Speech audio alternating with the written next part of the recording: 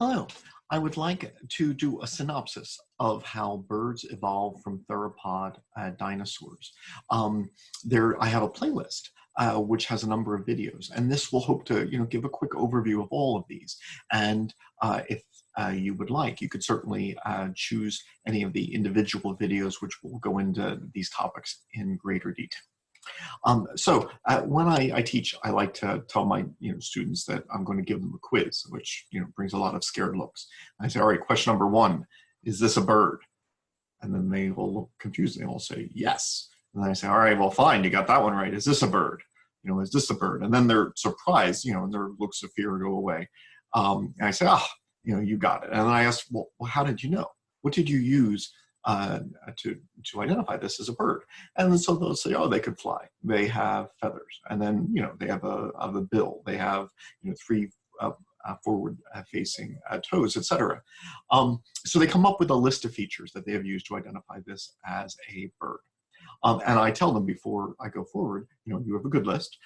We could add a few other ones. So birds tend to have a wishbone, a furcula, two fused collarbones. They tend to have a keeled sternum, so that their sternum has an extension that comes out to here. That's why their chest muscles are so big, as we know from the breast meat on on Thanksgiving from turkeys. When you look at their skulls, they have a toothless beak.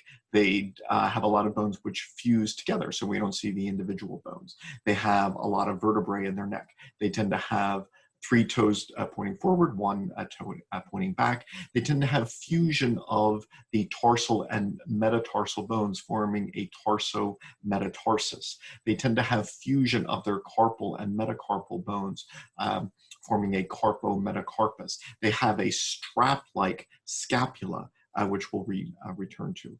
The tip of their tail is fused, forming a pygostyle. They have a fusion of hip and vertebral bones, forming a sacrum. They have hollow bones, and actually extensions of their lungs can go into these bones. So the point is, there's a lot of things that make birds unique, and it is pretty easy today to get that question right, to identify what makes a bird a bird. However, if you could go back in time to the Jurassic period and look up in the trees, you might have seen these animals. And then the question you could have asked is, are they birds? And then the question would have been much more difficult, because a lot of the features which identify the modern birds hadn't evolved yet. So the first birds don't have a lot of those. And a lot of the things that were on our list, they have feathers, they have three forward-facing toes. While that may distinguish birds from non-birds today, that would not have distinguished early birds from feathered flying dinosaurs. Some could fly, some could glide, some couldn't, but still had feathers. In any case, so nothing on that list that I just gave would distinguish between birds and dinosaurs. So while you can use that list to say, I can identify a bird, birds have these things, non-birds don't, nothing that I just said would have been useful here as defining, these are birds, these are not, based on these characteristics. Now, I'll go through this more slowly, but perhaps one other video which might be useful just to point this out, is that obviously there seems to be a big difference between a wing and a hand. And so then, how could birds evolve? Like, what would half a wing look like? There's clearly a difference between the arm of a dinosaur and the wing of a bird. But if you were to look at, say, the hand of, say, Deinonychus, which was a relative of Velociraptor, close relative of birds, and then the wing of the earliest birds, and ask, how is the wing of the first birds different from the hand and arm of dinosaurs? And the answer is not a lot. I mean, the wings of the first birds were longer. All right, but Deinonychus already had a pretty long arm and hand. The first birds, they had longer arms, but it was a relative number. It was a quantitative difference, not a qualitative one. If you were to look at the bones, if we color each of them in, the wings of the first birds don't have a single bone that the arms of the dinosaurs didn't. The number of the phalanges in each digit is the same. The weird shape of this semicircular wrist bone, it's the same.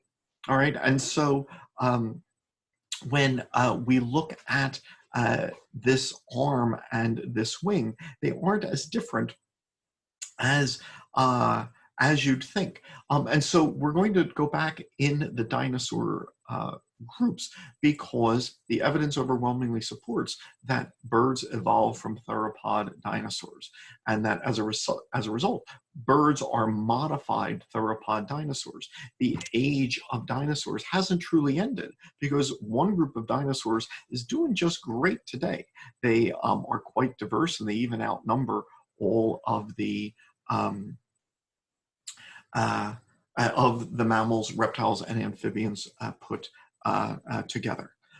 So I'm going to focus on the transition to birds, but just before I do, if you were to look, say, at the hip of theropod dinosaurs, you know, we see dinosaurs start off with this odd hip where the long pubic bone projects forward, the long ischium bone projects backwards. So if you were to look at Tyrannosaurus rex, it has an ilium and ischium projecting posterior and a pubis. It has a femur and a tibia. But when we look at birds, we see so many of the features of the dinosaurs: the very long ischium, the very long pubis, the open hip socket. When you look at the position of the ankle, dinosaurs had very specialized ankles, very specialized feet. Here you see a Tyrannosaurus rex with three toes pointing forward. We could label all of the bones. Well, this is what we see in a bird's leg as well. So in the previous video, I looked at the arm and the wing. In the next synopsis, we can look at, you know, things like the shoulder, etc. But if you were to compare Tyrannosaurus rex to a bird today, they have the same bones in the same orientation. And dinosaurs had really unique ankles, really unique feet, but essentially the same thing is seen in birds. And so today it's relatively easy to come up with features which distinguish birds from non-birds. But if we include theropod dinosaurs and the earliest birds, that's actually quite difficult. So then a question is, how could birds evolve? And one of the question's great debate is that of, you know, evolution versus design. Intelligent design would claim that complex features like the adaptations of birds for flight, for example, could not evolve in stages. You're either a flying bird or you're a running dinosaur. You couldn't be half and half. If you tried to be half and half, you would suck at both and you would die. All right, and so the term that's often used in design is the idea of irreducible complexity. Complexity can't evolve in stages. You can't have some but not all features of a complex trait. Well, let me just, you know, look at two little synopses before you know, we go through the lineages of dinosaurs. So first off, let me just do these PowerPoint images, and then I'll do the same on a video. If someone came up to you and said, "Hey, I've just discovered these fossil bones. Is it a dinosaur? If so, is it a theropod dinosaur?" You don't want to say, yeah, call it a dinosaur. Sure, why not? Like, that's not how we should identify things. It shouldn't be depend on your mood. Yeah, call it a dinosaur. There should be rules. All right, it's a dinosaur if it has these traits. It's a theropod dinosaur if it has these traits. It's a tetanoran theropod dinosaur if it has these traits.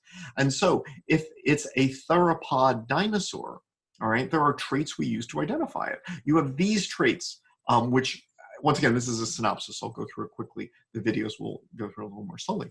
But not only are these the traits which are used to define dinosaurs, But birds, at least the first birds, have these traits. So based on these traits, birds would be dinosaurs.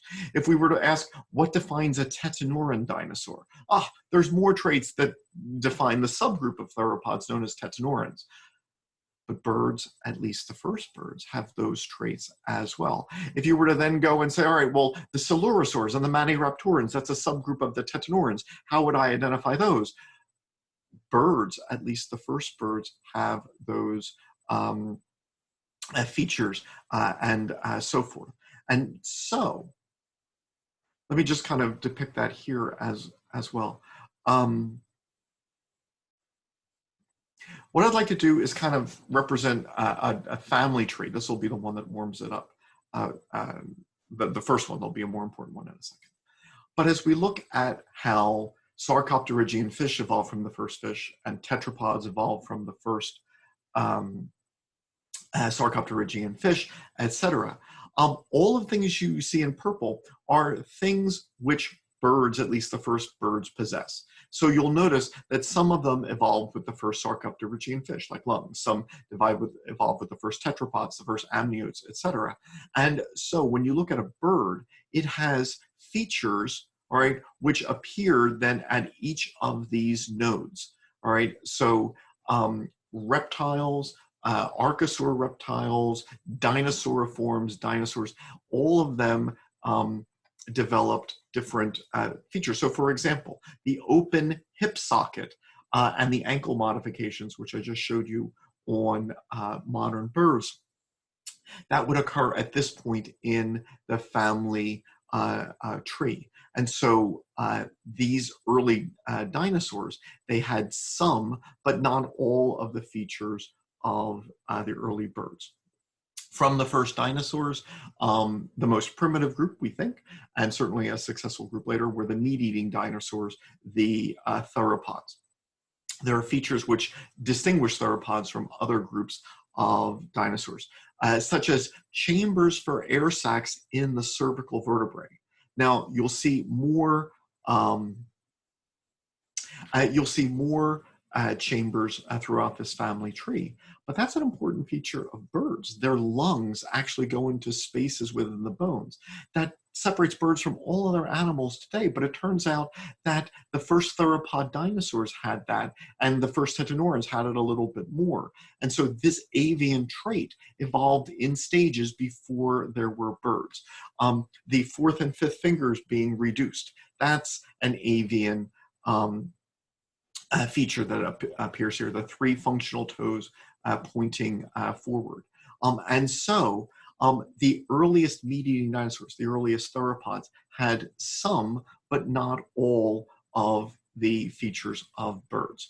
Then as we go up this family tree, and in the family tree you're looking at, it's just going to have branch after branch, but in the upper corner, at the very end will be the first birds. So birds will fit in this family tree. But as we go, there'll be different nodes. So this was the node for the first theropod dinosaurs. Then we can say here's the first neotheropods.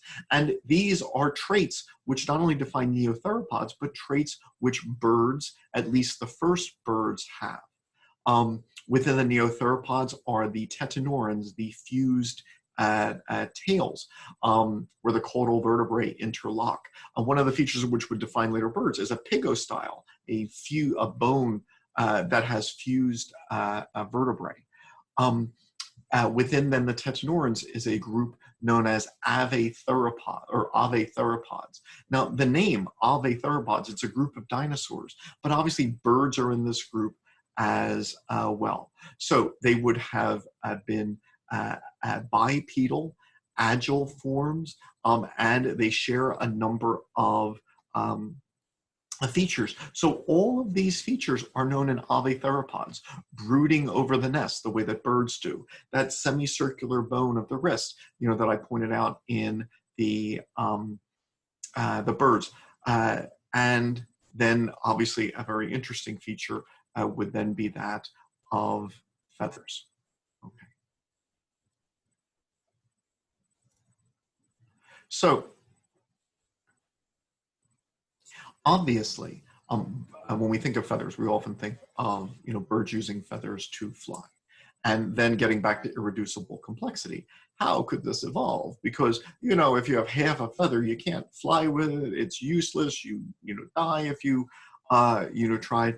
And so, obviously, something as complex as a contour feather, how it might have evolved is certainly a difficult question to answer. But we now know that dinosaurs, some of them, were covered by a feather-like body covering before there were contour feathers. Now, that obviously isn't too much of a surprise, because today we know that feathers do so many things. Yes, they allow birds to fly, but birds are warm-blooded. That's a clearly important adaptation because they can live in cold areas. Helps them maintain the metabolism that they need for flight. So that's one role of feathers aside from flight. Feathers can help camouflage. So brown sparrows blend in with the surroundings. Green parrots blend in with the leaves of the trees. They can also have roles with mating. And so the way that one group of ducks knows that this is their group at mating season is the color of their feathers. And so while feathers can be used for flight, feathers can be used for lots of things. Feathers are integumentary structures made of keratin, which are primarily epidermal, as are reptilian scales. So reptilian scales and feathers are made of keratin, are primarily epidermal as opposed to fish scales, which are dermal. And feather buds and scale buds from reptilian skin, they look about the same. All right. And so embryologically, there are similarities between how feathers form and scales form. And say on a chicken's body, for a while, the feather buds look like scale buds, and body parts can have one or the other. So the legs of a chicken can have scales or feathers, but not both. So it seems that feathers are modified scales. Now, there are certainly complex contour feathers with interlocking barbs and the like, but feathers don't have to have that. So feathers can just be fluffy, right? Like these, they don't interlock, they don't have a central shaft. Even if they have a central shaft, they don't have to interlock.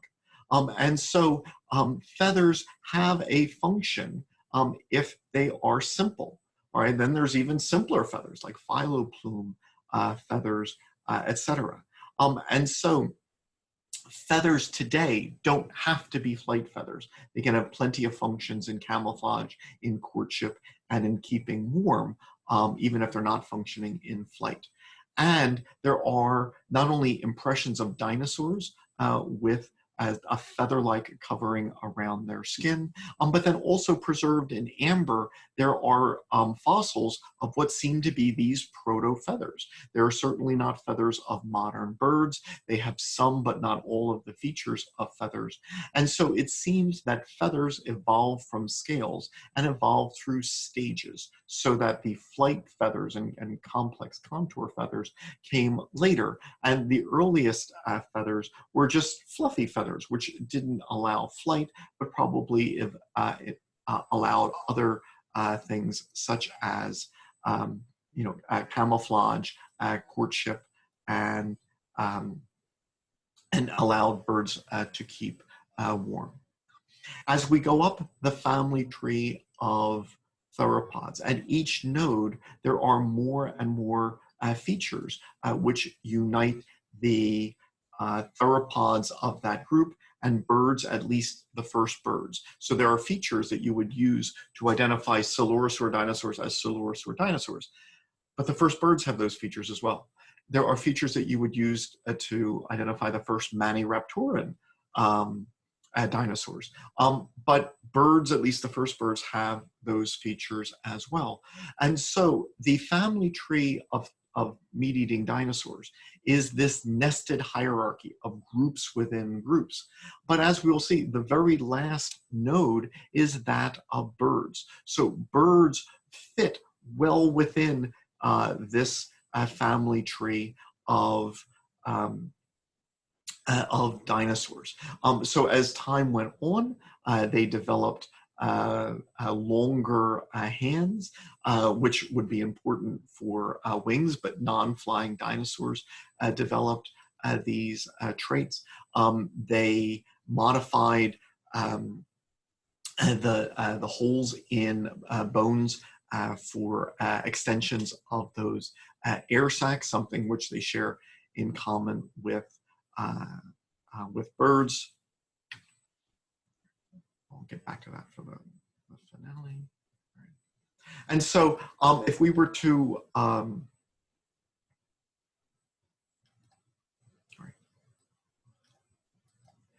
just look a few things here. So this parrot, these green feathers, are not functioning in flight, but they're very important in camouflage. These ducks during mating season have to know who is their group to mate with. And it's the color of their feathers which helps to signal that. So that's a use of feathers other than flight. And so there are dinosaurs which have a feather-like covering around the outside of their bodies. Now, it is not, these are not flight feathers, so these dinosaurs certainly could not fly. So, things like this might have been keeping the animal warm or helping it, around mating time, etc. As you go up that family tree, there are two theropod dinosaurs known to have brooded over eggs the way that birds do, Oviraptor and Troodon. So here you see a bird-like behavior. There are dinosaurs which had fused furculas, fused collarbones. And then as we get to the top of the family tree, then there are even dinosaurs which have those contour feathers which modern birds use to fly. Why did these dinosaurs have it? We don't know. All right. I'll get into that again in just a second when I go back to the videos. Their hands get longer and longer. All right. And so these are not flying birds, but nevertheless, the hand is showing some modifications which would also be useful in flight. So these contour feathers were found on the tail, on the arms, and even on the legs, to the point that Microraptor is sometimes, there was a desire to rename Microraptor as Tetrateryx, which means 4 wings. And Microraptor, at least one of the species, was so small that it could have been held in the palm of your hand. Certainly those feathers would have allowed gliding. Rahona certainly would have been able to glide and perhaps fly. If Bambiraptor had feathers, it might have been able to glide. Anchiornis might have been able to glide. And so not only did they have anatomical features of birds, some of the behaviors of birds, not only did they have feathers, like downy feathers for keeping warm, some even had flight feathers. Now, perhaps they didn't use these for flight. Maybe it was for courtship. Maybe it was that they were jumping on their prey. And even though they weren't flying or gliding, nevertheless, when they were in mid-jump, that these contour feathers gave them the ability to steer or land more softly. Both of those would have been very, very valuable. I mean, when you think of Velociraptor, it had that switchblade claw on its feet. All right, so if you're hunting using a weapon that's on your feet, if you're jumping at your prey, obviously you could get hurt rather easily. And these feathers, if they could help you steer in midair, that would certainly that would certainly have a value. By the time we get to the last group, all right, we refer to this as birds.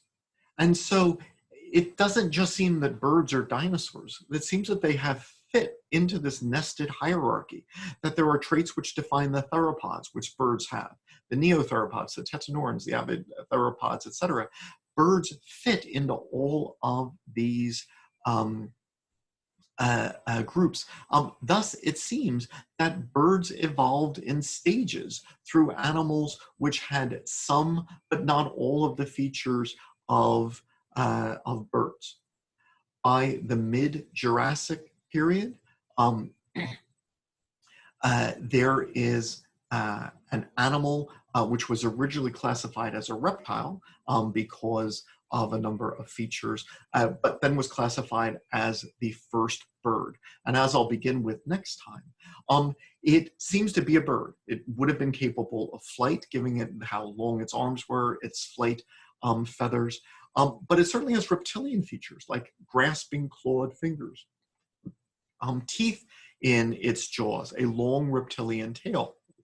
And so by the Jurassic period, there were animals which are classified as birds, but they certainly seem to have a number of dinosaurian features which modern birds do not possess.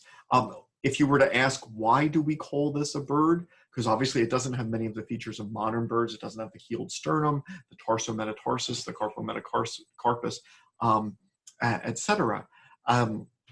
Nevertheless, it does have a few features. The arms are even a little bit longer than in the groups like Velociraptor and Deinonychus, and so making it more efficient as a wing. It has a true perching foot. By that I mean that this toe, which was already facing backwards, is now facing backward to the point where if the toe was on a branch, that this first toe could then curl around the branch and point the others, a perching foot. So while other dinosaurs had a small first toe oriented more facing backwards, none had a true perching foot. And so it seems that the first birds like Archaeopteryx were in reality modified theropod dinosaurs. And the next video will pick up with the Mesozoic evolution of the early birds.